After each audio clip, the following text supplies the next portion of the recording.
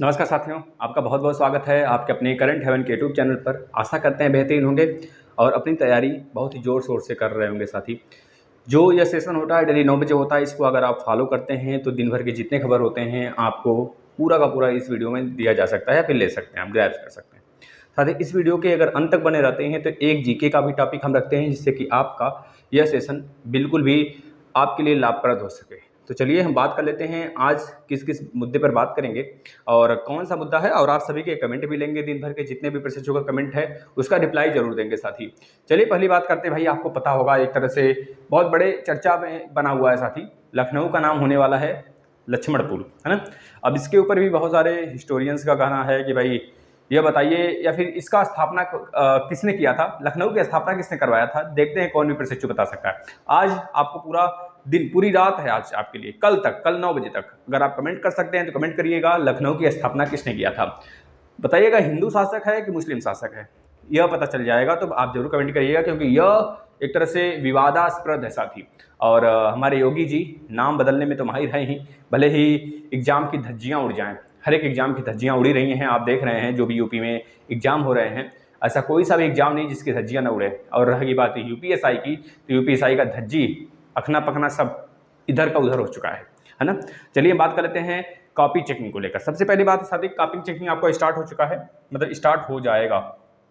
हमने बोला था आपसे, हम जो भी बताते हैं आपको बिल्कुल भी साथी ट्रुथ बताते हैं, सही बताते हैं, और वह आपके लाइफ में होने वाला, मतलब आपके पेपर से रिलेटेड सारी चीज़ें जो होने वाला होता है या फिर जो हुआ रहता है या आगामी होगा, उससे रिलेटेड हम सारी चीज़ें परफेक्ट जानकारी देते हैं आपको। तो आपसे रिक्वेस्ट यही करते हैं, अगर आपको सारी जानकारी बिल्कुल सही मिलती है और प्लस जितने भी क्लास हैं सारे क्लास डीएलएड के साथ ही, और जैसे कि DElEd 4th semester 2nd semester के साइंस और एसएसटी का क्लास बहुत जल्द हम चला देंगे। सीटेट यूपीटेट के क्लास चल रहे हैं, प्लेलिस्ट में आइए, सारे सब्जेक्ट के क्लास आपको बिल्कुल सजे हुए मिलेंगे। प्रीवियस ईयर पेपर भी आपको साथ में ही दिया जाता है, ठीक है साथी। अब ये कॉपी चेकिंग का प्रोसेस हमने बहुत बार जिक्र किया था, लेकिन आपसे ये भी कहा था कि मे भी हो सकता है कि कॉपी जब चेकिंग स्टार्ट हो, क्योंकि उपाध्याय सर के समय एक नोटिस निकाला गया था पीएनपी की तरफ से, तो इस बार भी हो सकता है एक नोटिस निकाला जाए। लेकिन कम आशा थी हमारी, लेकिन वो आशा पे खरे उतरे। और कह लीजिए कि आपके लिए एक नोटिस आया था साथी, जिसमें यह लिखा गया था 3 दिन के बाद यानी 25 तारीख से आपकी कॉपी का मूल्यांकन शुरू हो जाएगा। और मतलब कि डिस्ट्रीब्यूशन प्रोसेस स्टार्ट हो चुका है, जहाँ पे आपकी कॉपियाँ जानी चाहिए वह सारी चीज़ें होने लगी हैं। अब यह है कि 3 दिन के बाद आपकी कॉपी का जो चेकिंग प्रोसेस है वो स्टार्ट हो जाएगा, और इनके द्वारा एक तरह से जो समय एक निर्धारित किया गया है आपकी कॉपी का मूल्यांकन होकर आपके रिजल्ट आने का, वह 15 जुलाई तक यानी कि मिड जुलाई तक आपके रिजल्ट आ जाएंगे। यह कहना है हमारे पीएनपी सचिव जी का, भूषण सर का साथी। तो इस वजह से आप इसको लेकर निश्चिंत रहिए कि आपकी इसमें बहुत सारे अभ्यर्थी का कहना है सर हमने 12 नंबर किए हैं, इतने नंबर किए हैं, तो वह सब सारी चीज़ें आपने जितना कर दिया आप कर दिया। अब तो रिजल्ट आने के बाद ही तो पता चलेगा साथी, आप जितना मेहनत किए हैं उसी के हिसाब से आपको फल मिलेगा, निश्चिंत रहिए। बहुत सारे अभ्यर्थी होते हैं उनकी राइटिंग बहुत सुंदर होती है, तो बहुत सारे मतलब कि पासिंग मार्क्स से अगर ऊपर 1-2 नंबर आपने किया है मैथ में और आपकी राइटिंग बहुत ही बेहतरीन है, तो इस बार आपको हो सकता है स्टेप्स मार्किंग भी देखने को मिलेगा। थोड़ी सी जनरल मार्किंग किया जाएगा। जनरल मार्किंग का मतलब यही होता है कि स्टेप्स देखने को मिलेंगे। स्टेप्स अगर आपने सही किया है तो आपको उस पर नंबर दे दिए जाएंगे, समझ रहे हैं साथी।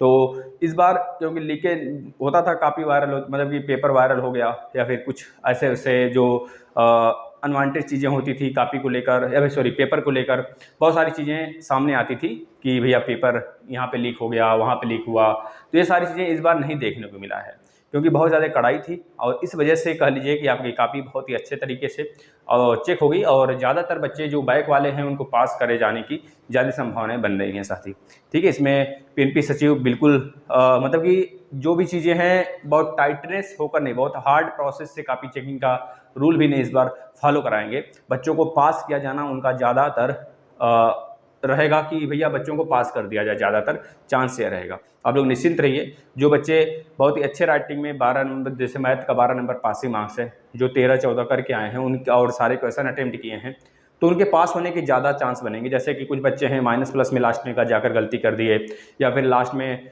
सारा प्रोसेस उनका सही है लेकिन आंसर ही नहीं आया, तो ऐसे बच्चों को नंबर मिलने के ज़्यादा उम्मीद बनेंगे और वो पास भी होंगे। तो ऐसी ही बात नहीं, आप लोग बस डटे रहिए, मस्त तरीके से पढ़ाई करते रहिए। और नेक्स्ट सेमेस्टर का एग्ज़ाम जो होगा आपका, उसके लिए मैथ हमने पढ़ा दिया है, 4th सेमेस्टर 2nd सेमेस्टर का। इसकी जो संभावनाएं बनेगी नेक्स्ट सेमेस्टर के एग्जाम का साथी, वो आपके जो संभावनाएं बन रही हैं, कह लीजिए कि जैसे ही अगर 15 जुलाई तक रिजल्ट आ जाता है, मान लेते हैं अगर लास्ट जुलाई तक 20 जुलाई तक भी रिजल्ट आता है इसका, तो लास्ट सितंबर तक आपकी एग्जाम होने की पूरी संभावनाएं होंगी।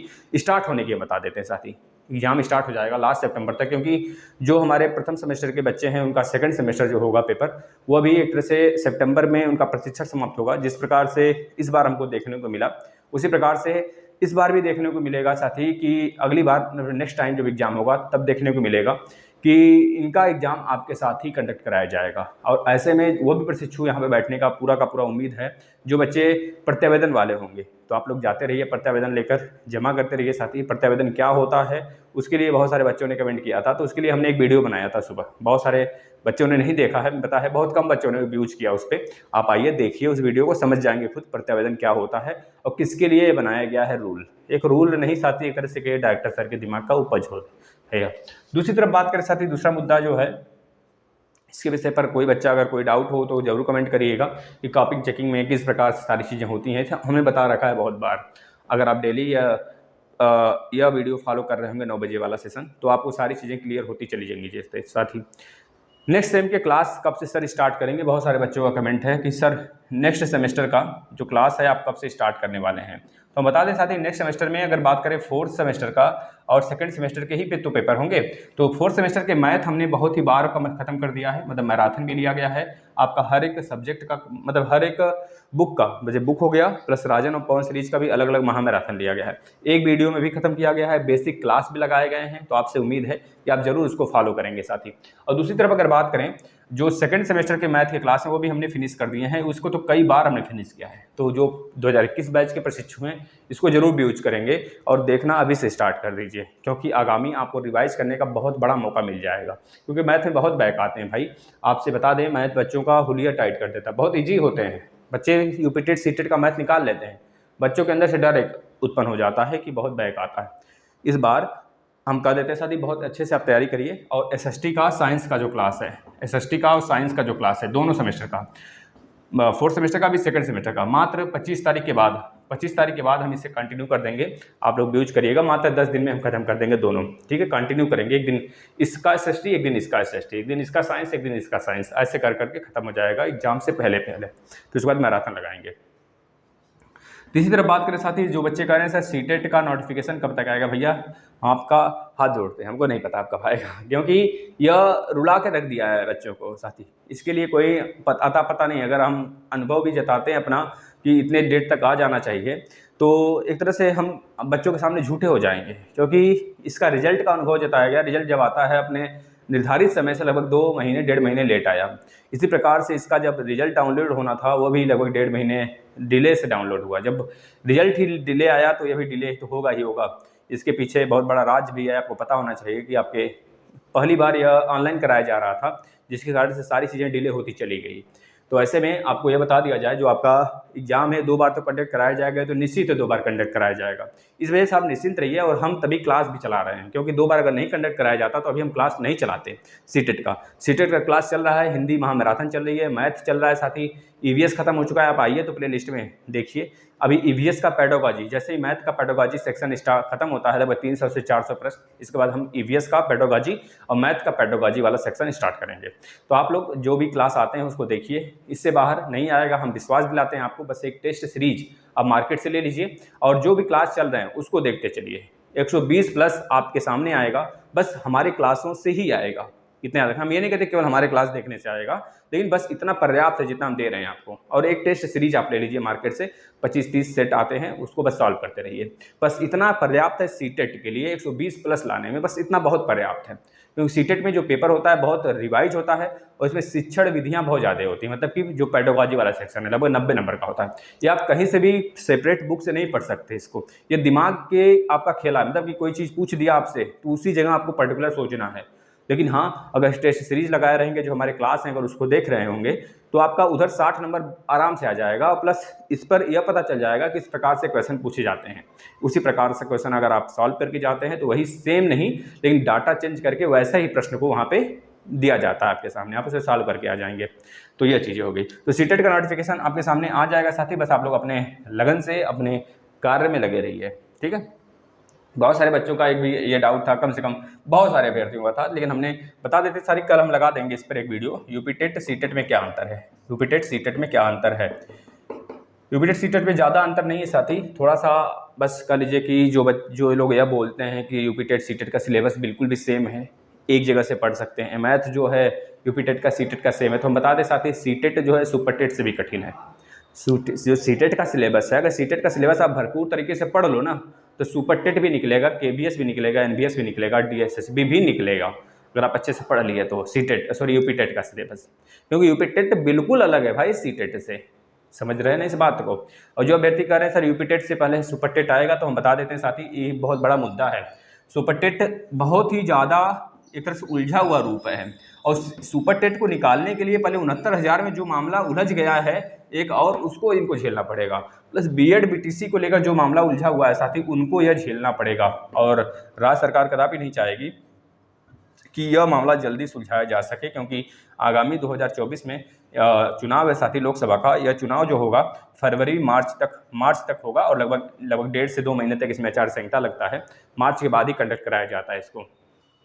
तो मान लीजिए पौना साल भी है, और मैं भी 19 लोकसभा के तरह इसमें भी कुछ सारी चीज़ें वही खेला होगा इसमें भी, तो आप देख सकेंगे इसको।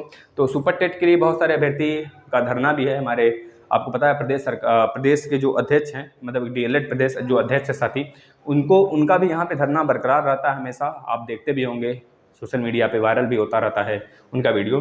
तो सुपर टेट का जो धरना होता है उनके द्वारा कराया जाता रहता है, और आप देखते भी हैं। और अभी वह इस बात को लेकर भी आपके सामने आते हैं कि अगर आप लोग साथ नहीं दिए तो सुपर टेट नहीं आएगा। उनका बोलना यह भी रहता है कि अगर हम लोग धरना नहीं करेंगे सुपर टेट नहीं आएगा। यह बात थोड़ा सा अटपटा लगता है साथी, क्योंकि हम ऐसे देश में रहते हैं जहाँ पर खाने के लिए भी अपने हक से मांगना होता है, पहनने के लिए भी अपने हक से मांगना होता है, और कुछ बनना है ना, तो अपने मन से आप नहीं बनोगे, आपको अपने हक के लिए लड़ाई करके बनना पड़ेगा साथी। क्योंकि आप तो पढ़ लिए, सारी चीज़ें पढ़ लिए, लेकिन अगर वो चीज़ें आपके सामने ही नहीं आएगा, नोटिस नहीं आएगा आपके सामने अगर वैकेंसी नहीं आती तो आपका पढ़ा हुआ सारा कुछ बेकार चला जाता है। अगर आप बैठे रहे तो अंतर कंडीशन में आपको पढ़ना है और रोजगार भी निकलवाना है, और रोजगार निकलने के बाद जो पेपर हो जाएगा, जो उजड़ टाइप के व्यक्ति होते हैं, जैसे कि कह लीजिए कि कुछ ऐसे जो कि पैसे वगैरह लेकर खरीद लेते हैं कॉपियों को, जैसे कि इस बार यूपीएसआई में हुआ है, आज ही 34 लोग पकड़े गए, 34, समझ रहे हैं ना। अगर ऐसे पकड़े जा रहे हैं, जब हमें पता है भाई प्रदेश सरकार के संज्ञान में सारी चीज़ें हैं, तो पेपर रद्द कर देना चाहिए, सीधी फंडा है, पेपर रद्द करिए, पेपर फिर से करवाइए। लेकिन अब पेपर रद्द होने का शायद ही मामला सामने आया है, बस जो हमारा इसमें जो शिक्षा जगत है, इसमें एक चेकिंग का बहुत बड़ा इसमें फार्मूला लगा दिया, फिर इसको कह लीजिए कि सुप्रीम कोर्ट पे दावा ठोका जाए कि जब तक कि ऐसे एक भी व्यक्ति का चयन नहीं हो जो कि पैसे दिए हैं, तब तक यह चलता रहे पूरा का पूरा।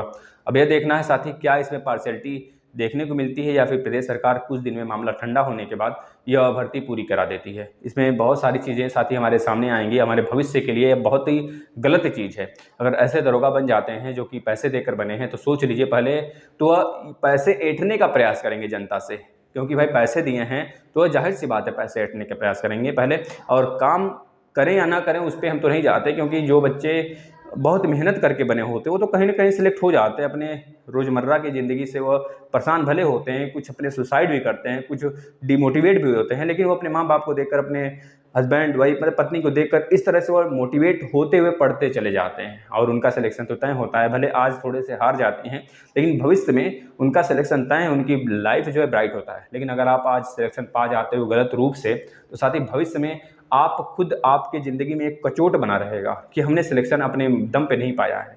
आपके अंदर से ये आत्मा आपकी बोलती रहेगी हमेशा कि भले ही आप छोटी सी जॉब पाओ, अपने दम पे पाओ तो बढ़िया है, अगर इस तरह से यूपीएसआई की तरफ आ गए तो आपके अंदर से आता यही रहेगा कि अपने बच्चों को क्या बताओगे। इस तरह से सारी चीज़ें आती रहेंगी, और आप खुद सोचिए वो ऐसा जॉब से क्या ही फ़ायदा जब अपने बल पे आप नहीं पाए हो। वह अंदर से भले ही सबको ना पता हो, लेकिन आपको तो पता होगा।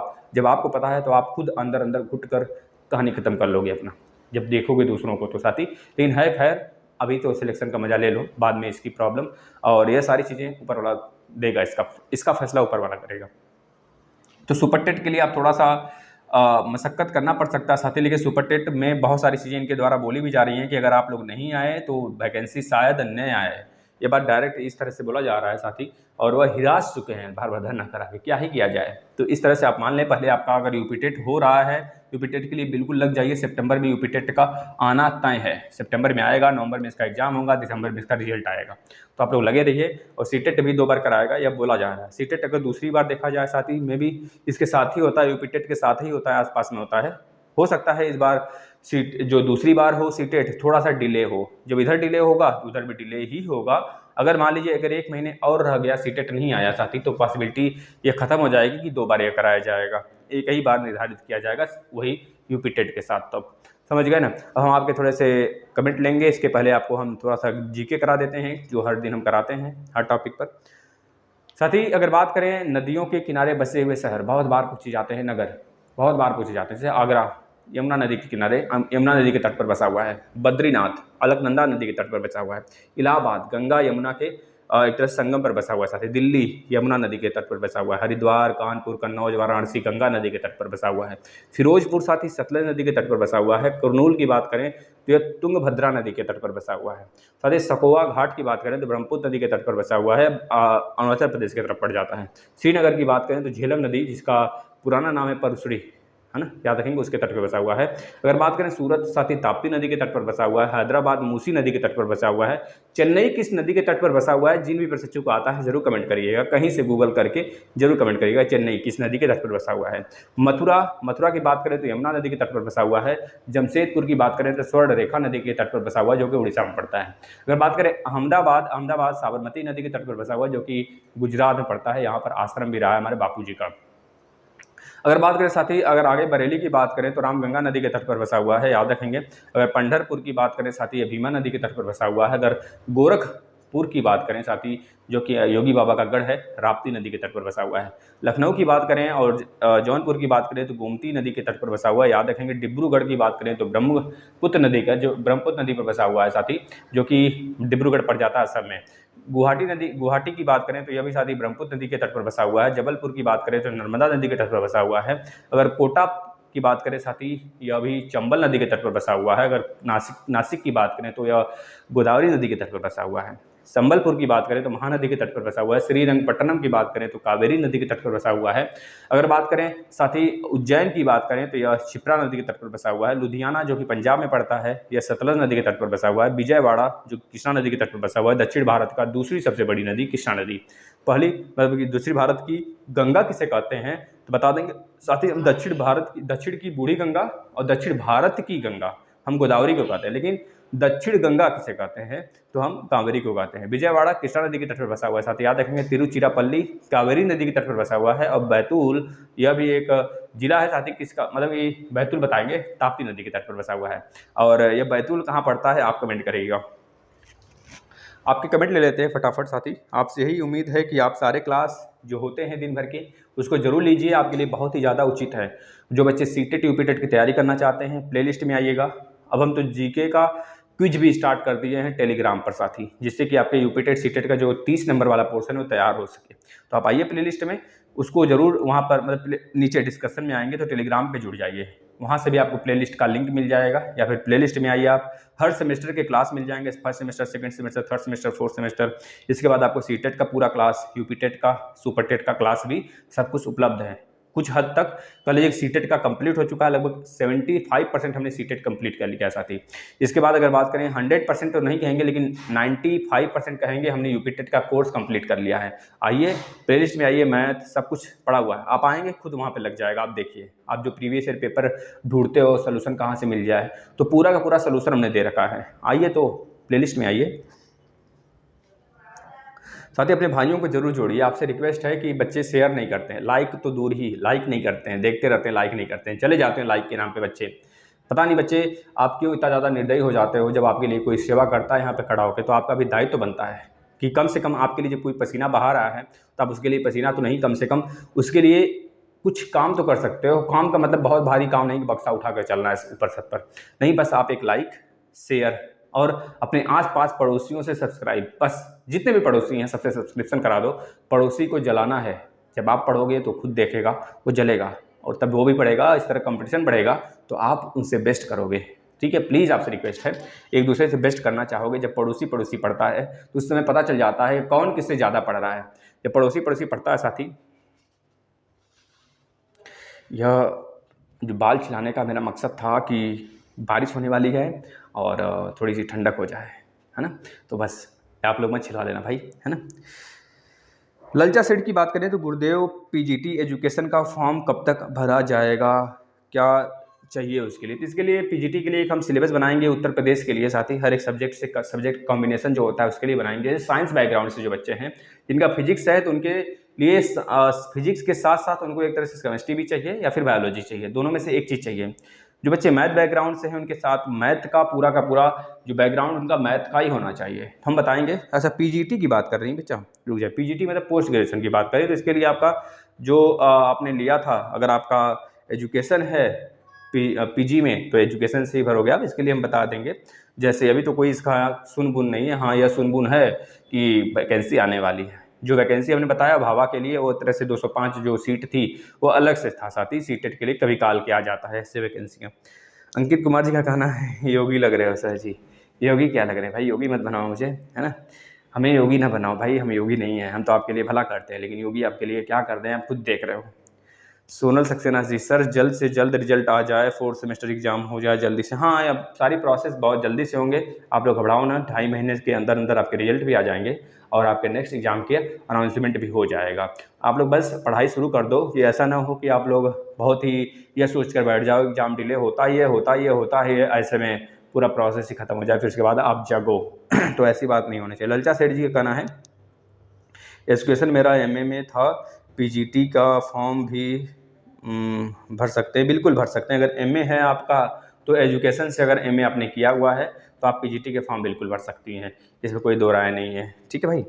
ललचा सेठ जी, पीजीटी के लिए टेट जरूरी है क्या, प्लीज़ बताइए। अभी टेट तो जरूरी नहीं किया गया है, लेकिन आने वाला जो भविष्य है टीजीटी पीजीटी के लिए टेट का एक तरह से प्रस्ताव रखा गया है संसद में, सॉरी हमारे विधानसभा में यूपी के, कि भाई टीजीटी पीजीटी के लिए भी टेट अनिवार्य किया जाए। इस वजह से तादाद बहुत ज़्यादा बढ़ेगी बच्चों को, तो आप लोग लगे रहिए, यूपी टेट तो निकाल के ही रखिए। जिनको पीजीटी के लिए भी देना है, जिनको टीजीटी के लिए देना है, सबको अब निकालना पड़ेगा। लेकिन अभी ऐसा नहीं है कोई, अभी इस बार हो सकता है भर्ती जो आए उसमें ना देखने को मिले, या फिर हो सकता है प्रोसेस में वह कंप्लीट हो जाए फिर टीजीटी पीजीटी आए। लेकिन अगर टीजीटी पीजीटी आती है तो उसके पहले एक टेट कराया जाएगा। अगर टेट अनिवार्य करते हैं यह तो पहले टेट कराया जाएगा, फिर उसके बाद ही टीजीटी पीजीटी आपको कराई जाएगी साथी, है ना। लेकिन अगर टीजीटी पीजीटी टेट के पहले आ जाता है तो उसमें टेट नहीं मांगेगा, इस बात से आप बिल्कुल भी निश्चिंत रहिएगा।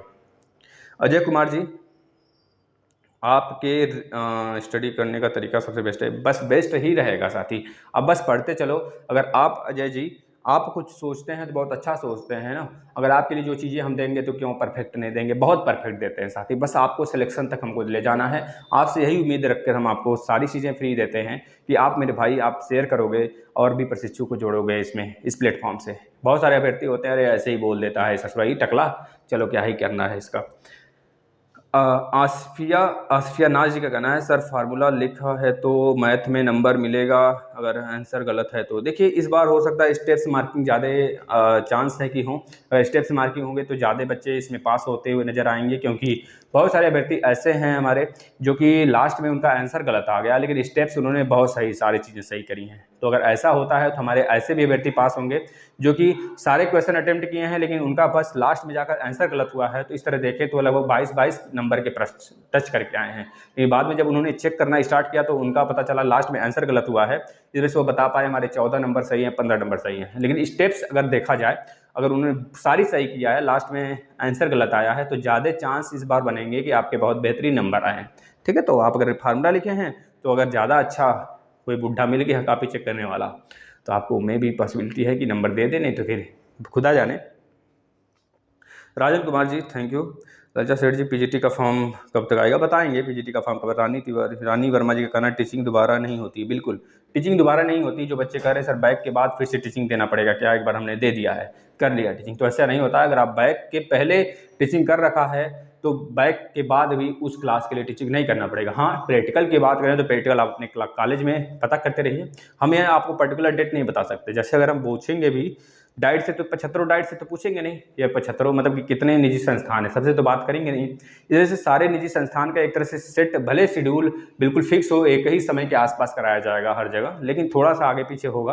मान लीजिए हमने आपको बताया कल है सारे डाइट का, हमने अपने डाइट पे पता कर लिया, तो ऐसे में हो सकता है कि आपके निजी संस्थान से 2 दिन पहले करा लिया जाए, फिर 2 दिन बाद कराया जाए, तो आप इसमें हमको गलत ठहराओगे। तो इस वजह से हम कह रहे हैं कि आप अपने निजी संस्थान से पता करिए इस बात का कि प्रैक्टिकल आपका कब होगा। ठीक है भाई। नीतू उपाध्याय, ऋचा जी का सर आप तो टकला की बाबा बन गए। अरे भाई मत बोलो नहीं तो फिर आपकी बैंड बज जाएगी फिर यहाँ पे, समझ रहे हो ना, कमेंट बॉक्स में जा देख रहे हो।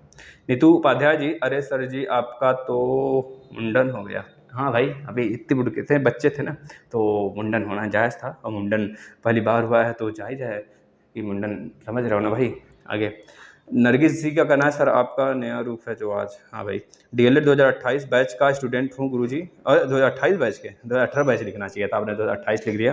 गुरुजी मेरी सेकंड सेमेस्टर में 3 बार बैक है, 3 बार बैक है इनका, और 4th सेमेस्टर में मेरा 2 सब्जेक्ट में बैक है। 4th सेमेस्टर में 2 सब्जेक्ट में बैक है और सेकंड सेमेस्टर में 3 बार बैक है। भैया बड़ा उलझा हुआ मामला है। अभी मेरा 4th सेमेस्टर में चांस है, सेकंड सेमेस्टर के चक्कर में मेरा 4th का पोर्टल नहीं खुला, तो गुरुजी 4th सेमेस्टर एग्जामिनेशन के लिए मुझे मेडिकल बनवाना पड़ेगा। बिल्कुल बनवाना पड़ेगा मेडिकल आपको, तब एससीईआरटी पर जाकर प्रत्यावेदन जमा करना पड़ेगा। ओनली पहले 4th सेमेस्टर का जिसमें चांस है उसका देना पड़ेगा गुरुजी। हाँ, जिसमें चांस बचा हुआ है जितेंद्र पाल मेरे भाई, पहले आप उसको दोगे, उसमें जाके दोगे, तो उनसे रिक्वेस्ट कर लेना वहाँ पर। अगर मान लीजिए अगर आपके कैटेगरी के, मतलब कि आप जैसे आपका जो कंडीशन है, अगर वैसे कंडीशन के बहुत सारे बच्चे मिल जाते हैं, क्योंकि हमारे ग्रुप में भी बहुत सारे बच्चे हैं, हमेशा जाते रहते हैं पीएनपी, सॉरी एससीईआरटी, बहुत सारों ने तो देकर अपना जमा करके भी आ गए। तो आप ऐसे कैटेगरी वाले बच्चों को पकड़ लीजिए, अगर आपके कॉलेज में हैं तो 4-5 लोग जाइए वहाँ पर, उनसे बात भी करने का प्रयास करिए। अगर बात हो जाता है डॉक्टर सर से, अगर आप मिल लेते हो तो पॉसिबिलिटी ज़्यादा हो जाएगी कि आपका ये सारी चीज़ें सुनी जा सकें। अन्यथा कंडीशन में ऐसे प्रशिक्षु जिनका सेकेंड सेमेस्टर में किसी भी सेमेस्टर में बैक है जिसमें चांस बचा हुआ है, और किसी भी ऐसे सेमेस्टर में जिनका 3 बार चांस हो गया है, चौथी बार के लिए वो अप्लाई मतलब देना चाहते हैं, तो ऐसे प्रशिक्षु का थोड़ा सा मामला दयनीय है ना। तो थोड़ा इनके ये संज्ञान में आना चाहिए, फिर उसके बाद ही, नहीं तो फिर आपका एक बात हाई कोर्ट का रास्ता बचेगा। लेकिन जितेंद्र पाल जी आप जाइए, सिर्फ उसी का डिमांड करिएगा जिसमें चांस बचा हुआ है अभी। अगर आप दोनों का डिमांड करने लगोगे तो इस बार भी पॉसिबिलिटी कम हो जाएगी कि आपका पोर्टल खुले, ठीक है ना, क्योंकि पिछली बार भी शायद आपने प्रत्यावेदन जमा किया रहा होगा, तो आप दोनों की बात किए रहे होंगे, तभी जाकर आपका पोर्टल नहीं खुला। और कॉलेज पे डिपेंडेंट मत रहिए। कॉलेज वाले तो ऐसे कहते थे पिछली बार भी, बहुत सारे अभ्यर्थी का नहीं खुला पोर्टल, इस बार भी कह रहे हैं पोर्टल खुल जाएगा, पक्का है खुल जाएगा। तो आप उनके भले वो कह रहे हैं तो करने दीजिए उनको अपना काम, आप अपना काम करिए, आप जाइए वहाँ पर, इसके लिए पहले प्रत्यावेदन दीजिए कि आपका जिसमें चांस बचा है उसका एग्जाम कराया जाए। Thank you Jitendra Pal ji. Sir अब कब प्रत्यावेदन जमा कब होगा? भाई देखिए, प्रत्यावेदन के लिए कोई टाइम सीमा थोड़े है कि कब जमा होगा कब नहीं, लेकिन हाँ एक लिमिट है। जैसे पेपर का अनाउंसमेंट अगला हो जाएगा, जैसे मान लीजिए इसका रिजल्ट जब तक नहीं आता है तब तक बच्चे खूब धुआंधार जाएंगे। अब बहुत सारे बच्चे बाद में जुड़ेंगे, कहेंगे सर पता नहीं था, एक अलका यादव जो करके थी बहन जी, वो बाद में आई जब पता चला कि एग्जामिनेशन का डेट आ चुका है, एग्जामिनेशन का प्रत्यावेदन बच्चों का पोर्टल खुलने लगा, तो हमसे रिक्वेस्ट कर रही थी कि सर किसी तरह हमारा जमा करवा दीजिए, क्योंकि भैया पोर्टल खुल चुका है, उन बच्चों का नाम आ चुका है, उनके लिए पेपर छप चुके हैं। अब आपके लिए अलग से थोड़े छापे जाएंगे पेपर, समझ रहे हैं ना, क्योंकि जितने अभ्यर्थी होते हैं उनके ही पेपर छपते हैं, तो जितने पोर्टल खुले थे उतने पेपर छपे थे, तो अब एक्स्ट्रा तो हो नहीं सकता साथी। तो ऐसे में आपसे रिक्वेस्ट है कि आप पहले ही जाकर, और प्लीज़ आपसे रिक्वेस्ट है शेयर जरूर करिए क्लास को, जिससे कि वो भी प्रशिक्षु यहाँ पे जुड़ सके जो कि अभी भटक भुटक रहे हैं कहीं इस पे। ठीक है भाई, मदद करिए, खुदा आपकी मदद जरूर करिएगा। शिवम वर्मा जी, सेमेस्टर बैक हो जाने पर दोबारा टीचिंग करनी पड़ती है क्या प्लीज़ सर? देखिए टीचिंग, अगर आपका सेमेस्टर बैक हो जाता है तो अगर आप उसी सेमेस्टर का फिर से उसी सेमेस्टर में देते हैं तो भी टीचिंग आपको दोबारा नहीं करना पड़ेगा, क्योंकि आपका अगर सेमेस्टर बैक होता है तो भी आप अगर उसी सेमेस्टर का पूरा सब्जेक्ट का पेपर देंगे और उसी सेमेस्टर का आपने टीचिंग कर रखा है तो टीचिंग दोबारा नहीं करनी पड़ेंगे आपको, आपको उसी के आधार में नंबर दे दिया जाएगा। अगर मान लीजिए किसी कॉलेज में बहुत ज़्यादा आपको फोर्स करते हैं करने का तो मे भी हो कराया जा सकता है, लेकिन जो रूल है नहीं करना पड़ता है। शिव वर्मा जी, शिखर सिंह, थैंक यू। प्रियांशु भाई, ये बाल कैसे कटाएं सर? ये तो बाल ले गया जिसको ले जाना था, अब देखना है कब तक आता है यह, और समझ ही रहे हो, कटवा लिया मैंने किसी के आर्डर पे, है ना। साथ बारिश भी होने लगी है, देखिएगा आप तक की तरफ बारिश हो रही है क्या? हमारी तरफ बारिश हो रही है, बहुत अच्छे समय। हमें किसी ने सजेस्ट किया, किसी ने क्या, मेरी शेरनी ने मुझे सजेस्ट किया बाल उड़वा दो, तो हमने उड़वा दिया। हेमा चौहान जी का कहना है सर यूपी डीएलएड 2019 वाले स्टूडेंट को भी लैपटॉप मिलेगा। भाई देखिए, इसके लिए अभी कुछ नहीं कहा जा सकता सर। आप तो हाँ भाई, देखो कितनी बार पूछोगे टकले टकले का, कि मुझे बदनाम ही कर दोगे क्या? अब हम थोड़ा सा आपके कमेंट ले लिए, आप लोग बस क्लास देखते चलिए। हेमा चौहान जी का कहना है सर यूपी डीएलएड 2019 वाले स्टूडेंट को नंबर भी लैपटॉप मिलेगा क्या? भैया इसके लिए आप अपने कॉलेज पे थोड़ा कांटेक्ट करिए, मतलब कांटेक्ट करिए, फिर उसके बाद पता चलेगा। गुंजन खरे जी, नमस्ते सर जी, क्या प्रत्यावेदन कोई अलग से डॉक्यूमेंट्स होता है क्या? प्रत्यावेदन अगर के लिए हमने आपके ही कहने पर एक अलग सा सेशन बनाया है साथी, उसमें क्या होता है, कौन से डॉक्यूमेंट्स ले जाए जाते हैं। हमारी तरफ बारिश बहुत तेज़ी से होने लगी है, और आप लोग देखिए तो आपकी तरफ हो रहा है कि नहीं भाई? काफ़ी ज़्यादा तगड़े से हो रही है बारिश, और अच्छा भी है, बारिश होना चाहिए क्योंकि बहुत ज़्यादा उमस है साथी। देखिए भाई, एक हम आपको थोड़ा बता देते हैं, पूर्ति निरीक्षक भर्ती के 100 अंकों को लिख, एक तरह से जो पेपर में आज कटिंग आया हुआ है उसकी बता दें। जो महंगाई था साथी पेट्रोल और डीजल से, वो थोड़ी सी राहत भरी आई है, 9.50, नहीं लगभग 10 रुपया सस्ता हो गया है पेट्रोल, और डीजल 7 रुपया सस्ता हो गया साथी। और नई शिक्षा नीति धर्मेंद्र प्रधान जी एक तरह से हमारे निश्चित कर दिए कि जो बच्चे मान लीजिए केरल के हैं तो केरल के वहाँ पे स्थानीय भाषा में पढ़ेंगे। जैसे हम लोग का हिंदी है तो हिंदी हमारा यूपी में, और पश्चिमी जो पूर्वी यूपी है, पूरा का पूरा पश्चिमी यूपी है इधर, तो वह थोड़ा सा हिंदी का ज़्यादा यूज करते हैं, हिंदी में पढ़ेंगे। और जो बच्चे जैसे कि दक्षिण भारत के हैं उनके लिए कंपलसरी नहीं किया गया, मतलब वो पढ़ना चाहते हैं स्थानीय भाषा में अपना, तो स्थानीय भाषा में वो अपना एक तरह से लैंग्वेज एक ले सकते हैं। ये बातें कही गई हैं। 10 साल बाद आज हो जाएंगे तीनों निगम। आबकारी विभाग में अगर आप लोग भरना चाहते हैं भर देंगे साथी। आरटीआई में प्रवेश की तरफ कैसे, यह रहा पूरा का पूरा आपका। और देख लेते कोई न्यूज है तो आपको बता देते हैं।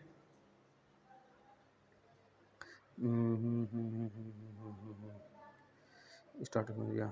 हाँ भाई, इसमें आईपीएल धड़ाधड़ बहुत तेज़ी से आ रहा है, आप लोग देख सकते हैं। प्लेऑफ में प्रवेश हो गया है दिल्ली, आरसीबी को मिल गया प्लेऑफ में प्रवेश, है ना। मुंबई के हाथों हार से दिल्ली का टूटा दिल। इस तरह से मुंबई और जो चेन्नई है इस समय जो धाकड़ टीमें दोनों थी उसमें धराशायी होकर बिल्कुल भी नीचे से पहले या दूसरे नंबर पे हैं ये लोग।